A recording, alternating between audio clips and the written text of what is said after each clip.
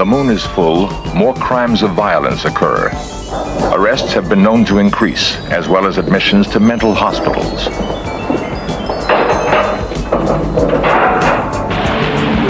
Firemen report an unusually high number of fires and freak accidents. Emergency personnel in hospitals brace themselves for increased caseloads. Bizarre statements and traumatic actions by usually rational people are attributed to moon madness. Why? What strange influence does the moon have on the behavior of man?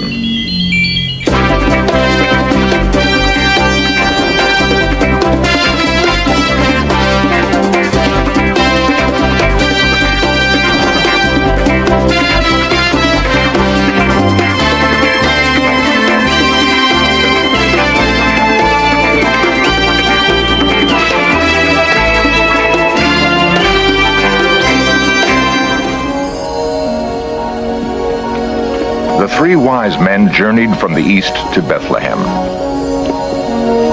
According to some biblical scholars, they observed the rising of a star and came to pay homage to a newborn king. In recent translations of the New English Bible, the three wise men, the Magi, are called astrologers.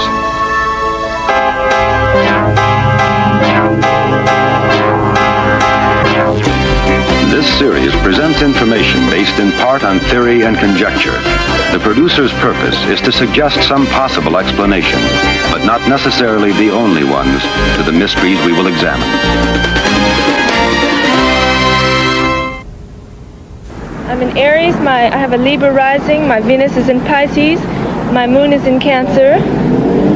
I know an awful lot about it because every man that I like, I be sure and check out what his sign is first before I get, too involved. I'm a Sagittarius, and I don't know that much about astrology. Yeah, I do know I'm an Aries, and I think it's fun to read my horoscope every morning in the paper. I'm a Libra, and I think I'm not real in favor of it because I think it gives people an out, tells them what to do, and that's just what they want to do. My sign is Virgo. I don't think it has much scientific fact because I don't think anybody has ever proved anything. I'm a Leo, and I wish I knew more about it. I really don't. I think it's terrific, very interesting, and I just wish I knew more about it. And I'm an Aries with Scorpio rising. For most of us, that's as far as it goes. We know our sign, but little beyond that. What is astrology? Why do 32 million Americans express a belief in it? Simply put, astrology is the forecasting of events on Earth based on the relationship between the stars, the sun, the moon, and the other planets. As above, so below. Perhaps astrology began as a form of survival. Cavemen looked up into the night sky, trying to determine when to hunt, when to store food, when to seek shelter from wintry storms. Years passed, and early man realized that the weather, the moon, the sun, and the stars moved in predictable cycles. Ice Age bone markings suggest that prehistoric men were aware of the cycle of the moon over 32,000 years ago. In the more recent past, star groupings were identified by assigning them the names of earthly creatures. Cancer, the crab. Aries, the ram. Leo, the lion. Sagittarius, the archer. Scorpio, the scorpion.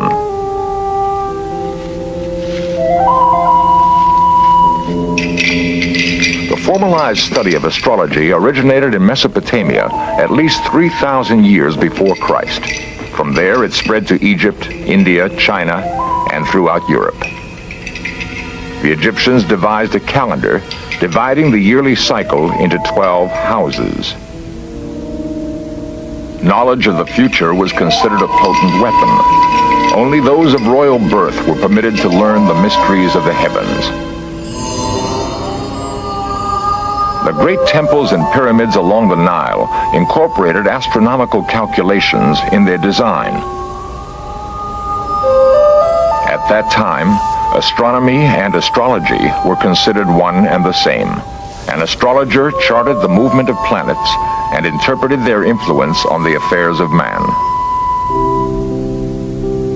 4 centuries before Christ, the Greeks combined mythology, geometry, and Mesopotamian astrology into a complex system. In the 2nd century AD, the Greek mathematician Claudius Ptolemy accurately measured planetary movements. His prolific research dominated both astrology and astronomy for 1,500 years. Meanwhile, astrology flourished throughout the Roman Empire. Moses, father of the Jewish people, practiced astrology. In Bet Alpha, Israel, a synagogue built in the 6th century AD has the zodiac as the centerpiece of its mosaic floor.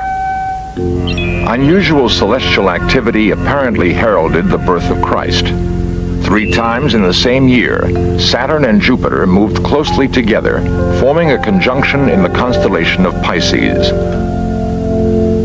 According to some of the newer translations of the Bible, the Magi were astrologers. The first conjunction of Saturn and Jupiter supposedly started them on their long journey. The second guided them west, and the third occurred when they arrived in Bethlehem. Astrology was condemned by early Christians as pagan ritual.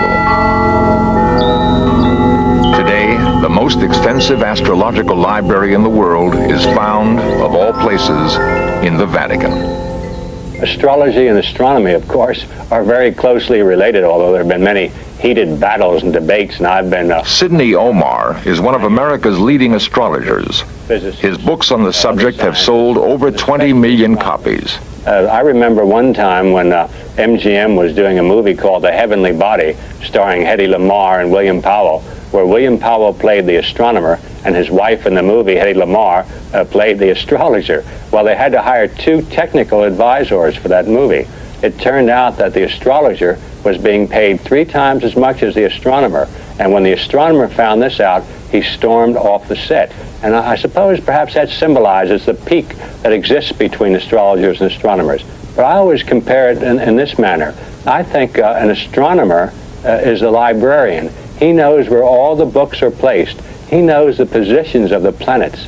But the astrologer reads the books. He interprets those positions.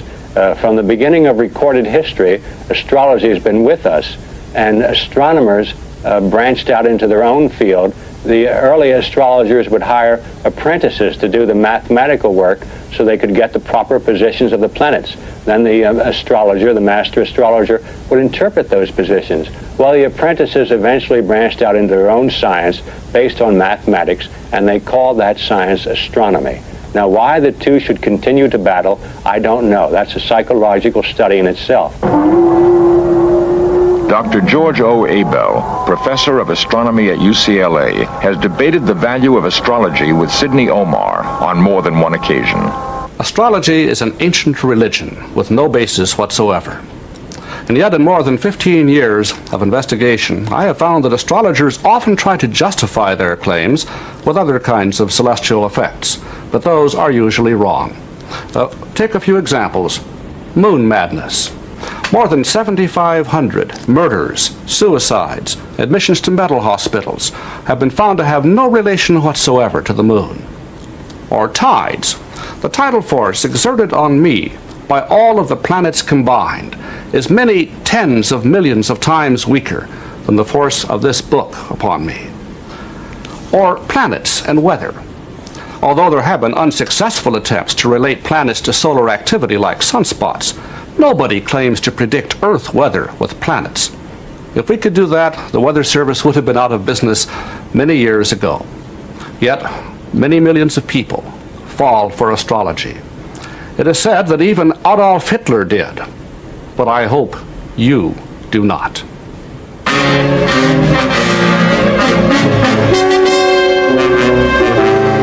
Throughout history, however, the misuse of astrology has been legendary. Rudolf Hess encouraged Adolf Hitler to plan battle strategies with it as they approached World War II. Rudolf Hess and Joseph Goebbels pressed the leading astrologers of Germany into service. Their early predictions of victory were propagandized into battle cries.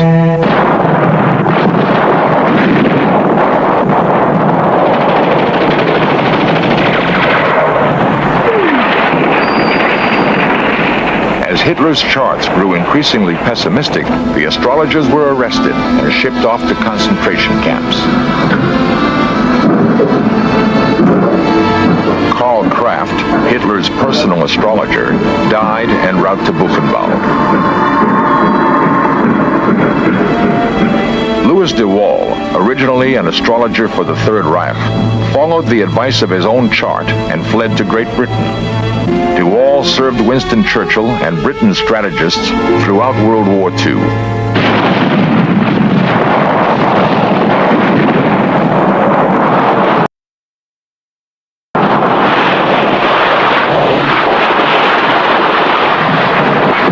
He knew the methods used by Kraft and other Germans and predicted dozens of astrological strategies employed by Hitler's forces. De Waal saw danger signs in the chart of President Roosevelt in 1945, the year FDR suffered a fatal stroke. He also charted an ominous conjunction of Mars and the star Algol for August 1945.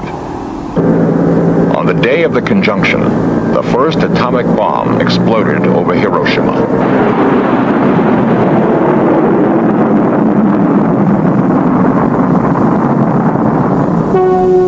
Astrologers have predicted many major crises in history. Often, however, their warnings have gone unheeded. I'm an Aquarius, and it's pretty general. It applies in a lot of situations, but the sign can fit almost anybody or things about the sign. Aquarius, perhaps, is the most intriguing sign of the zodiac. Aquarius is associated with the planet Uranus. Astrologers call Uranus the planet of surprise. And if you're with an Aquarius person, you can be sure of one thing: you don't know what's going to happen next. I'm a Cancer, and I'm not quite sure what I feel about astrology. Some things seem to be true, and some things don't. And Cancer is related to the moon. Cancer people are very emotional, and they're changeable where their affections are concerned, but they're extremely loyal to family members. Cancer persons harmonize very well with Virgo, with Taurus, with Scorpio, and with Pisces. I'm a Leo, and I found out that Leo is the strongest sign in the world. And we are born to be natural leaders, and that's what I am. Leo is the showman of the zodiac, very creative. And if you're having a party, you better put a Leo on your invitation list. My sign is Scorpio, and I don't know too much about astrology, but when people ask me what my sign is, and I say Scorpio, they go, ooh, like they avoid me. So, except for men. I've found in my experience that the most is Scorpio. People tend to feel that Scorpios are envious, intense, can be jealous, and they're very passionate lovers. So I think there is something to it. A psychologist at London University, Dr. Hans Eysenck, decided to explode astrology once and for all by taking these basic claims and disproving them. He made up 2,000 questionnaires, and using a computer and other data in the modern psychologist's laboratory, he decided that he would check people who were born under the water signs and people who were born under other signs. Well, much to his astonishment, he found that indeed the water signs were very emotional. He said it can't be, but it is. At his clinic in London, Dr. Eysenck also tested the zodiac signs for introversion and extroversion. Well, according to the astrologers, if you range the signs in order from Aries through Pisces at the other end, then the people born under the odd-numbered signs, that is Aries, Gemini, Leo, Libra, Sagittarius, and Aquarius, would tend to be extroverted. And the people born under the even-numbered signs, that's Taurus, Cancer, Virgo, Scorpio, Capricorn, and Pisces, would then be introverted. And this is precisely what, in fact, we found in our sample. Extroversion really refers to outgoing properties of a person. He's sociable, impulsive, happy-go-lucky, likes to mix with other people, likes to go to parties and so on. And the introvert is the opposite, of course. He likes to sit at home, read, rather than go to parties, and so on. So these are quite well recognized and quite easy to test in a questionnaire. We put it through the computer and did a statistical analysis of the data. And as it happens, they bore out the astrological prediction very well, which rather surprised me, of course, but they are the results. And that's what got me interested in this. Astrology has commercial applications in many phases of business, including predictions of stock market trends.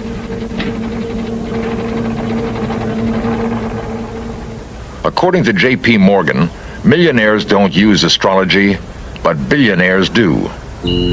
John Henry Nelson, a weather consultant for RCA since 1926, uses astrological principles to predict storms which might impair shortwave communications.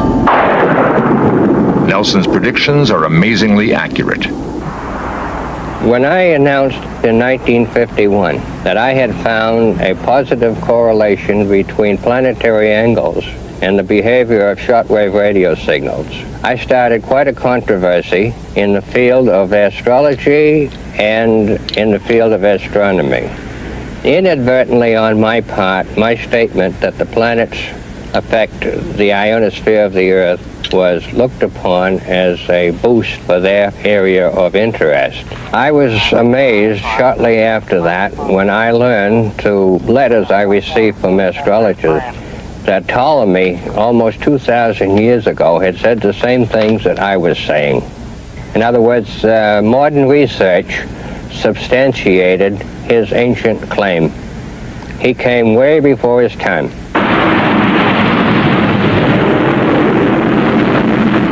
Using Ptolemy's principles, John Henry Nelson successfully charted storm paths 15 months in advance for a NASA space launch requiring ideal weather.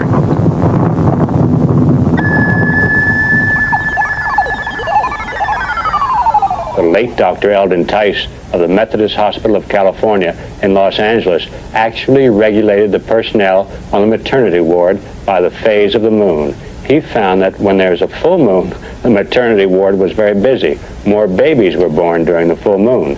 Now, Dr. Edson J. Andrews of Tallahassee, Florida, wrote in the Tallahassee Medical Journal that when tonsillectomies are performed during a full moon, there's more chance of post-operative hemorrhaging than at any other time of the month. So Dr. Andrews says, save full moon nights for romance, not for surgery. The incidents that we have are way beyond normal. We have all sorts of things happen in regards to people doing things a little stranger than they usually do, going out of their way to get in trouble, just really having a problem coping. As an ambulance driver, I found that you'd see a different type of patient as well as more patients in a given night. You'd see a lot more trauma, and the trauma would be a bit more profound than normal. For some reason or other, medical problems would appear exaggerated. It would be hard to describe. You'd always know it was a full moon. The cause of lunacy or moon madness is still unknown. It is known, however, that the moon controls the tides in the oceans. Since humans are 90% water, perhaps the moon controls our tides too. Nations have horoscopes as well as people. Since 1840, in the astrological chart of the United States, the alignment of Saturn and Jupiter has reoccurred at 20-year intervals. Unfortunately, every president elected during those periods has died in office. William Henry Harrison, elected 1840, died of pneumonia 1841. Abraham Lincoln, elected 1860, assassinated 1865. James Garfield, elected 1880, assassinated 1881.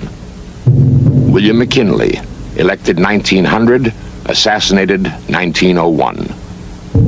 Warren Harding, elected 1920, died 1923. Franklin Roosevelt, elected 1940, died 1945. John Kennedy, elected 1960, assassinated 1963.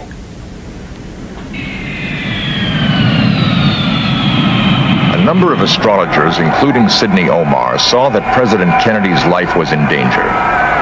In American Astrology, Leslie McIntyre wrote, "In the past, such configurations have coincided with personal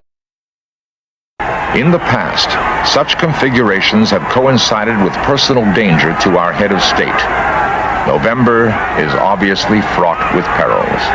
On October 25, 1963, in the British magazine Fate, John Pendragon stated, "The president may make powerful enemies among his own people, and I would not rule out the possibility of an attempted assassination or worse if he is caught off his guard.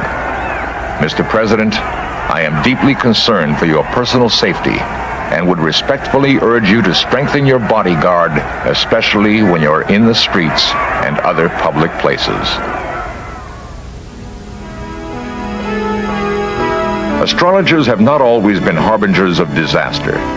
Many astrologers now believe we have entered the age of Aquarius, an era of growing cooperation among individuals and nations, a time when the noblest aspirations of mankind can be realized. I had a brief telephone conversation with Sidney Omar, and I took some notes on what he told me. He asked me my birth date. I told him it was March 26, 1931. He said, "You've spent a year of searching and disillusionment." He said, "You tend to become immersed in a part or a mood." That's probably true. He told me I have a powerful personality which tends to make people afraid of me, although I'm actually quite vulnerable. That's flattering. Finally, he said, "Think mentally of one question." I thought, "What's next?" And he said, "Let go. It's finished. You're riding a losing proposition. Take a cold plunge into the future. Let go of the security of the past." Thank you very much, Sidney. I'll keep it in mind. Time will tell.